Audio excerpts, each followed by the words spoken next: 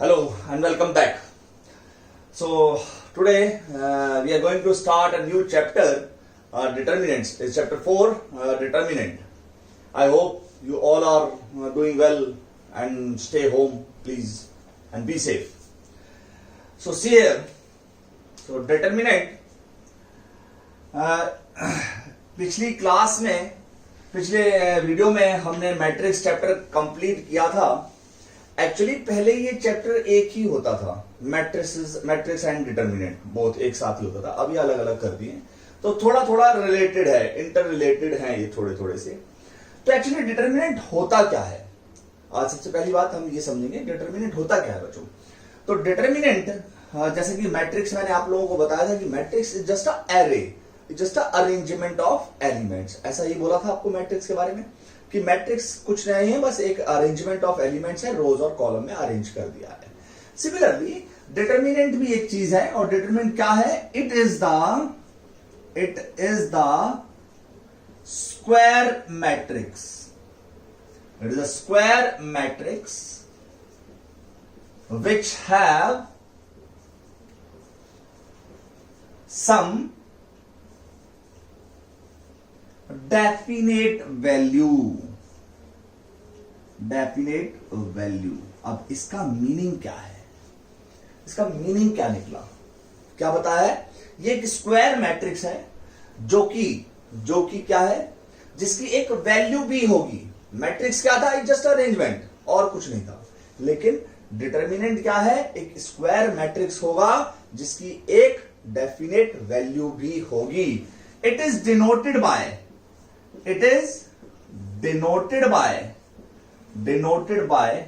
This symbol. This is not the symbol of modulus, it is symbol of determinant. This is not modulus. इसका मतलब ये बिल्कुल भी नहीं है कि आप लोग ये कहें कि डिटर्मिनेंट निकाला, ये मॉड्यूलस का सिंबल लगा दिया तो इसका आंसर सिर्फ पॉजिटिव ही आएगा, एक वैल्यू इसकी जो आएगी पॉजिटिव ही आएगी. ऐसा कुछ भी नहीं है. इसकी वैल्यू पॉजिटिव भी आ सकती है, नेगेटिव भी आ सकती है, जीरो भी आ सकती है, कुछ भी आ सकती है. It doesn't matter.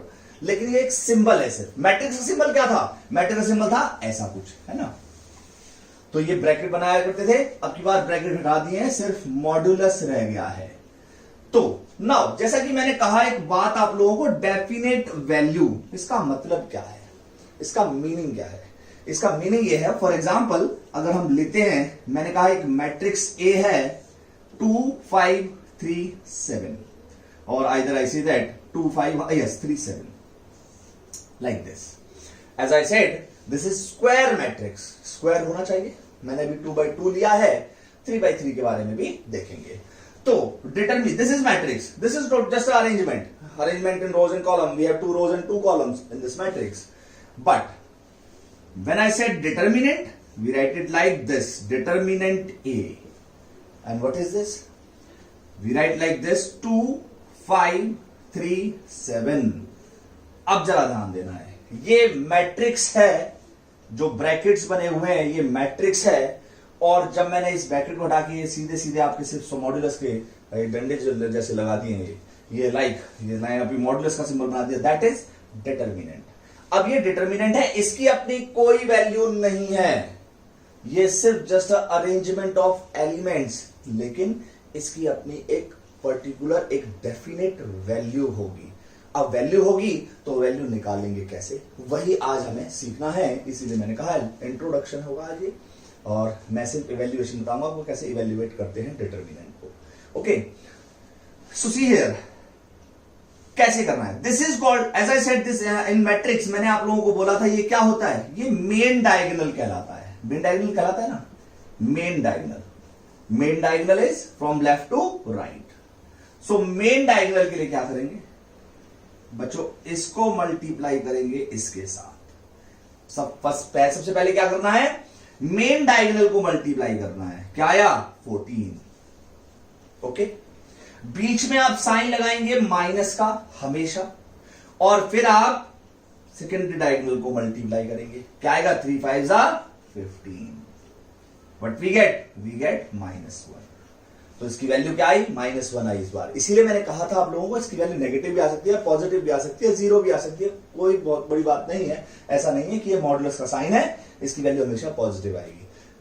ऐसा भी जरूरी नहीं है कि पॉजिटिव आएगी ही नहीं, पॉजिटिव भी आ सकती है, नेगेटिव भी आ सकती है। तो क्या तरीका बताया, इसका प्रोडक्ट करेंगे आप इसके साथ, मेन डायगोनल प्रोडक्ट करेंगे, माइनस इसका प्रोडक्ट करेंगे इसके साथ। तो 3 5 15, 2 7 14, 14 minus 15 is -1.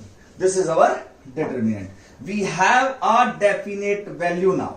इस determinant A की एक definite value आ गई है हमारे पास। This is called determinant. तो determinant जब होगा तो उसकी क्या बोला है, उसकी एक definite value होगी, और मैट्रिक्स की अपनी कोई वैल्यू नहीं होती है, वो सिर्फ array is just a arrangement of the elements in rows and columns. That's it. This is the introduction of 2 by 2 determinant. If I said like this, we take one more example. एक और example ले लेते हैं। मैंने कहा cos theta sin theta minus sin theta and cos theta. We have to find the determinant of this determinant A directly. This I am not written like this matrix A is this and determinant A is this. This is that determinant A. If we multiply this, if we want to find the value of this, just multiply main diagonal. What we get, cos square theta minus sin. As I said कि minus sin आएगा बीच में। क्या करेंगे, इसका product इसके साथ, minus sin square theta. What you get? You get cos square theta plus sin square theta. We get 1. So this is the evaluation and how to evaluate the 2 by 2 determinant. This is the value, definite value. इसकी एक definite value, ये क्या हो गई, 1 हो गई. So this is introduction of determinant, and this definition of determinant is a square matrix which has some definite value. Now आपके syllabus में तो 3 by 3 मैट्रिक्स भी है, तो 3 by 3 डिटरमिनेंट भी है। अब उसका इवैल्यूएशन कैसे, उसको कैसे आप इवैल्यूएट करेंगे, उसकी वैल्यू कैसे निकालेंगे। अभी तो 2 by 2 था, बड़े आसानी से आपने दोनों डायगोनल्स को मल्टीप्लाई किया and you get the value. Now see here,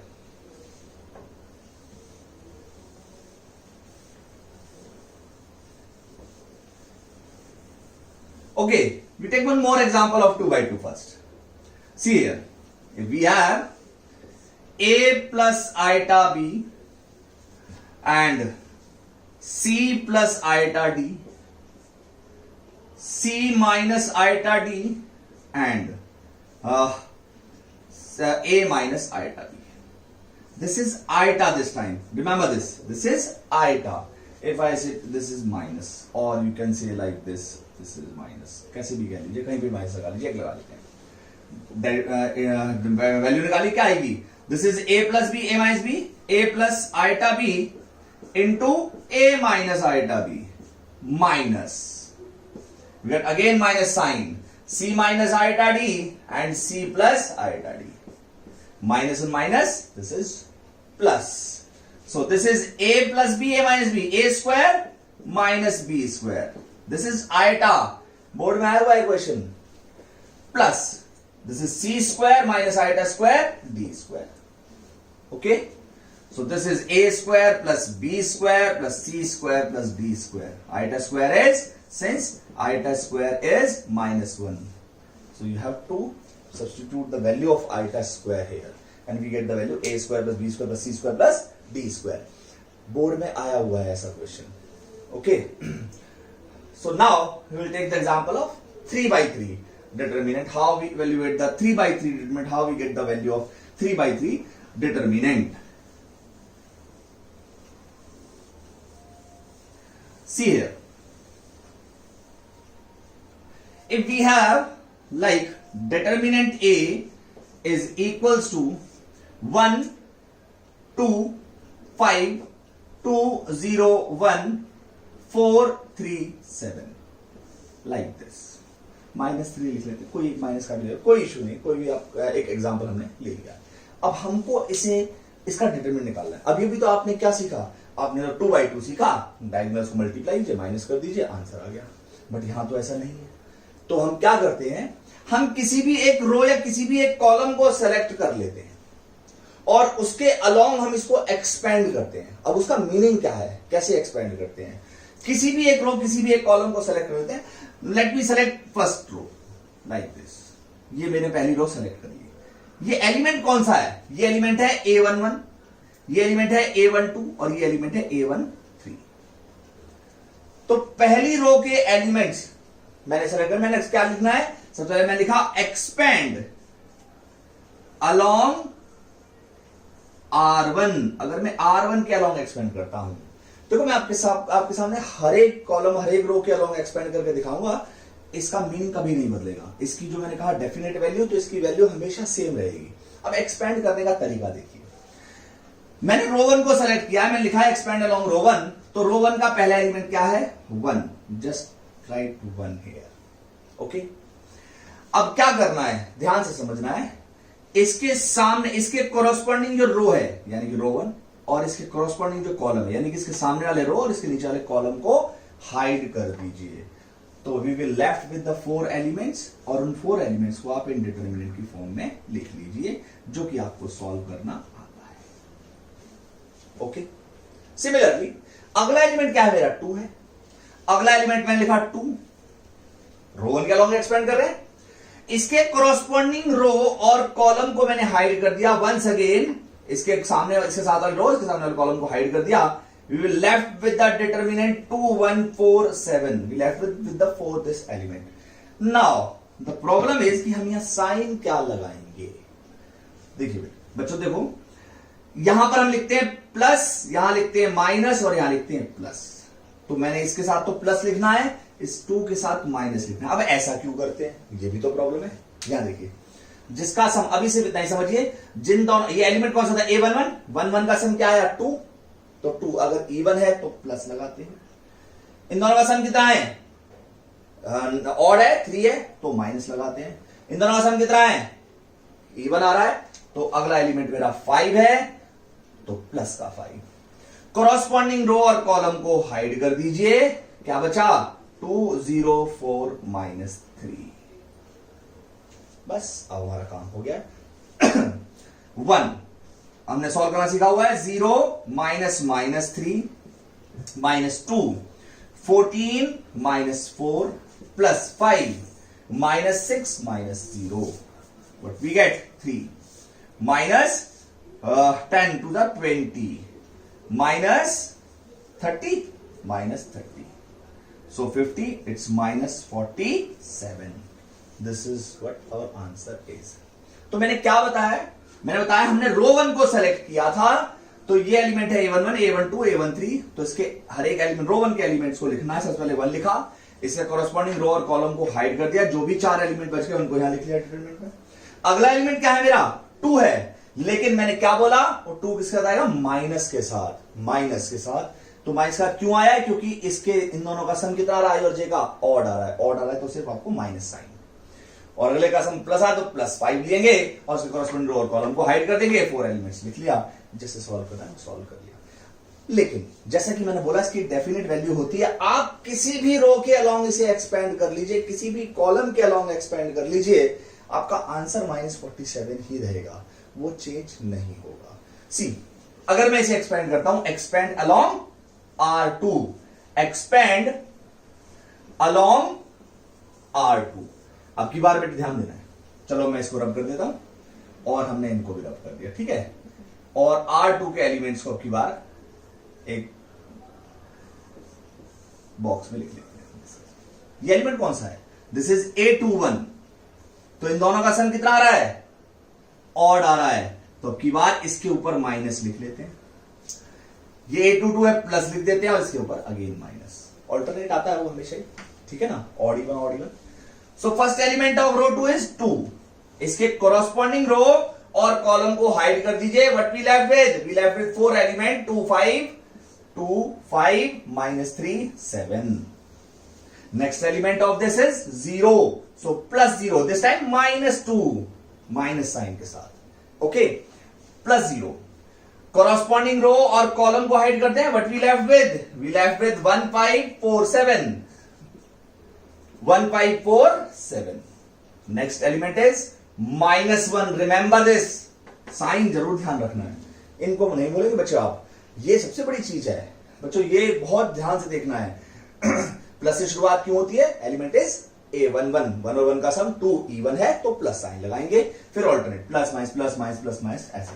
-1 इसके कोरोस्पॉन्डिंग रो और कॉलम को अगर मैं हाइड कर दूं तो what we left with? We left with 1 2 4 -3, 1 2 4 -3। Now solve. -2 14 minus minus 15, ठीक है ना, 14 ये सारा का सारा जीरो हो जाएगा, -1 -3 -8। ओके, सो देखते हैं अब क्या आंसर आता है। -2 into 29 29, okay, and this is +11 -58 +11 what we get? -47।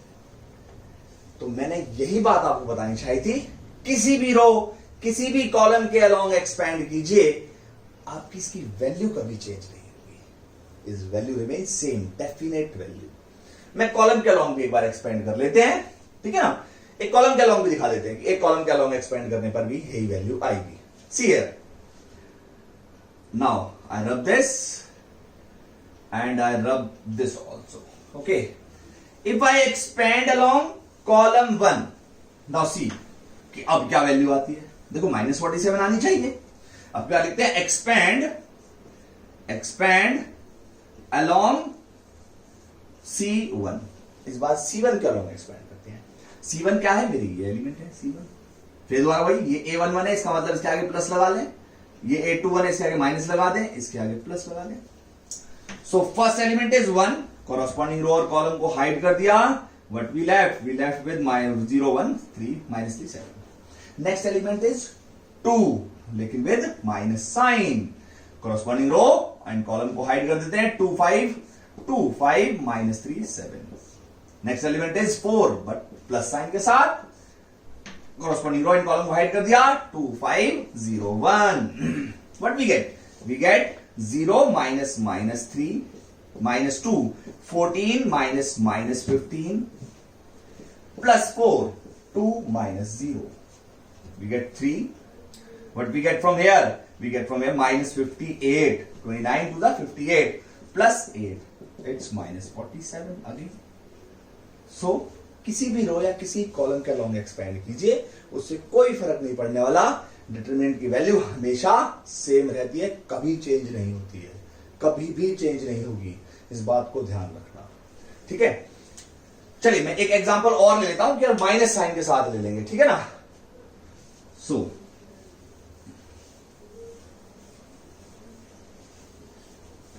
आराम से करेंगे, बिल्कुल